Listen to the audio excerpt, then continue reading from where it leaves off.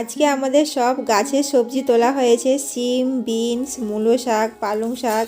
মা সব গুছিয়ে কেটে দেখো উনানেই রান্নাবান্না করলো। সকাল সকাল আমাদের গাছ থেকে আজকে সিম পাড়া হচ্ছে। এই নতুন সিম হচ্ছে, তো বেশি হচ্ছে না গাছ থেকে, মানে 8টা 10টা করে সিম হয়। তো দেখো কত সুন্দর নরম নরম সিম।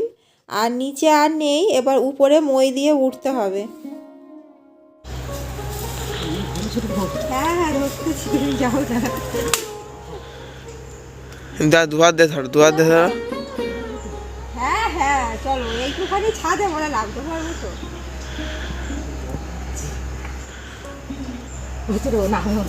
আই দেখ না, দাও আমি উঠি, দাও জগ শুকনো হোক বাবা না, দাও আমার আমি উঠি, খুব দাও। ভয় পাচ্ছে। না উঠতে হবে না, থাক ও আরে শুকনো আমি হোক। উঠতে পারবো, তুমি ধরো। ওমা সাহস। আমার না এত ভয় পাচ্ছে, থরথর করতেছে। আমি তো উঠিনি, চাল না দেখুন। ধরো, তুমি খালি ধরে থাকো। হ্যাঁ আমি ধরে রাখছি, তুমি উঠতে চাও, আমার ভয় থাকতে উঠতে। এই জন্য আমি চালে ফেলে উঠি না। আমি যে জীবনে ছেলেবেলা থাকতে গাছে ফেলায় করি না। আমাদের বাসন্তী বাবা নারকেল গাছে উঠতো। বাসন্তী ছোটো যখন ছিল নারকেল গাছে উঠে নারকেল আরে পেড়ে ফেলতো। এই দেখ, সে উঠে এতে নাম তো এটাই তো নামবে কি করে মা। শুভ সকাল বন্ধুরা, আশা করছি তোমরা সবাই ভালো আছো ও সুস্থ আছো। আর আমরাও খুব ভালো আছি। এখন বাজে সকাল 8টা। আর সকালে যে সমস্ত কাজবাজ থাকে সেগুলো সব সারা হয়ে গেছে। আর চা খেয়ে এখন দেখো সিম পাড়তে উঠে পড়েছি ছাদের উপরে। আর দিদির জন্য একটু লাউ শাকও কেটে দিচ্ছি। লাউ শাকটা না এই সিম গাছে পুরো পেঁচিয়ে উঠেছিল, সিম গাছটাকে মানে হতে দিচ্ছিল না, সেই জন্য লাউ শাকটাকে কেটে দিলাম। ওটা দিদি রান্না করবে। আর আমি দেখো সিম তুলে নিচ্ছি।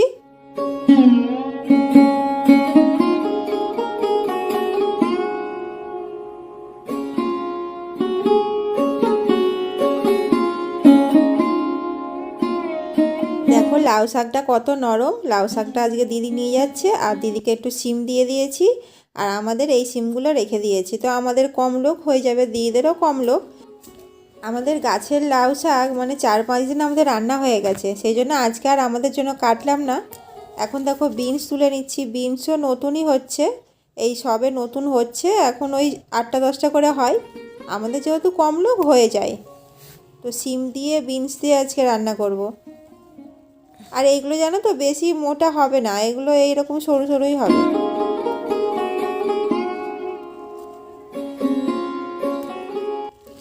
আর একটু পালং শাক আর মূলো শাকও তুলে নিচ্ছি। এই পালং শাকগুলো দেখো, এই যে ওলকপি লাগানো আছে না, এর মাঝে মাঝে গাছগুলো হয়েছে।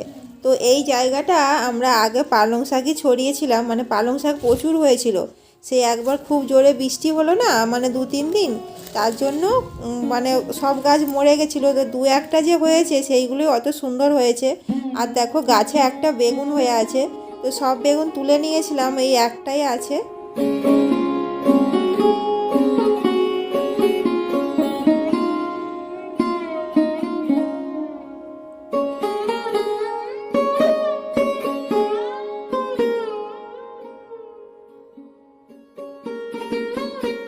আজকে এই পালং শাক আর মূলো শাক একসাথে তরকারি হবে। দেখো মূলো শাকগুলো কত সুন্দর। আর এই সিমগুলো না, মানে এতগুলো সিম আমার দিদিকে দিয়েছি, মানে আমার যাকে। তো আজকে সব গাছের সবজি রান্না বান্না হবে। মা তো সবজি কাটতে বসে গেছে, তো মাকে এখন শাকগুলো বেছে দিই। মা তো শাক বেছে কাটতে পারবে না। মাকে বলছি যে দাও, আমি সব গুছিয়ে কেটে নিচ্ছি। তো মা বলছে না, আমি বসে বসে কি করব, ভালো লাগে না। তো মাই রোজ সবজিটা কাটে। তো এক একদিন মা রান্না করে, এক একদিন আমি রান্না করি। তো মাকে সব জোগাড় করে দিই আমি। দেখো সিম, বিনস এগুলো সব গাছের মা কেটেছে। আর আলু, ওলকপি আর বেগুন দিয়ে, এটা করলা দিয়ে, বড়ি দিয়ে একটা তেতো হবে। আর এটা হচ্ছে পালং শাকের তরকারি হবে। এই যে পালং শাক আর মূলো শাক একসঙ্গে কাটা হয়েছে। আর এটা হচ্ছে সিম, এখানে একটু সিম দিয়ে দিয়েছে মা। আর হচ্ছে আলু আর ওলকপিও এখানে একটু দিয়ে দিয়েছে, দিয়ে এটা পালং শাকের তরকারি হবে। মা দেখো আগে বড়িটা ভেজে তুলে নিয়েছে, এবার হচ্ছে করলাটা ভালো করে ভেজে নিচ্ছে।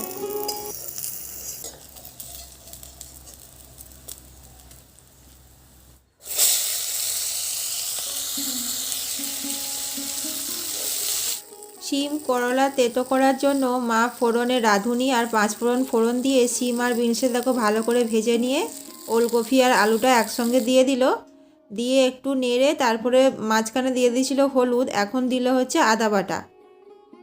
আদা বাটা দিয়ে ভালো করে কষিয়ে নিল, তারপরে দিল বেগুনটা দিয়ে ভালো করে কষিয়ে নিয়ে জল দিয়ে দেবে আর ঢাকা দিয়ে কিছুক্ষণ সেদ্ধ হওয়ার জন্য রেখে দেবে। আর সেদ্ধ হয়ে গেলে বড়ি আর করলাটা দিয়ে দেবে।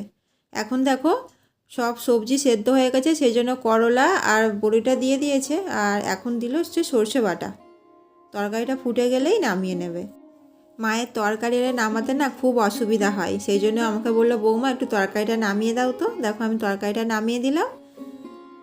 মা এবার পালং শাকের তরকারিটা করে নেবে। তো পালং শাকের তরকারিটা করার জন্য তেলেতে ফোড়ন দিয়েছে শুকনো লঙ্কা, তেজপাতা, পাঁচফোড়ন আর জিরে দিয়ে সব সবজিগুলো ভালো করে নেড়ে নিয়ে এখন দিয়ে দিল দেখো বেগুন। এবার দিচ্ছে আদা বাটা, আর এবার জিরের গুঁড়ো আর লঙ্কার গুঁড়ো দিয়ে ভালো করে কষিয়ে নিয়ে তারপরে শাকটা দেবে।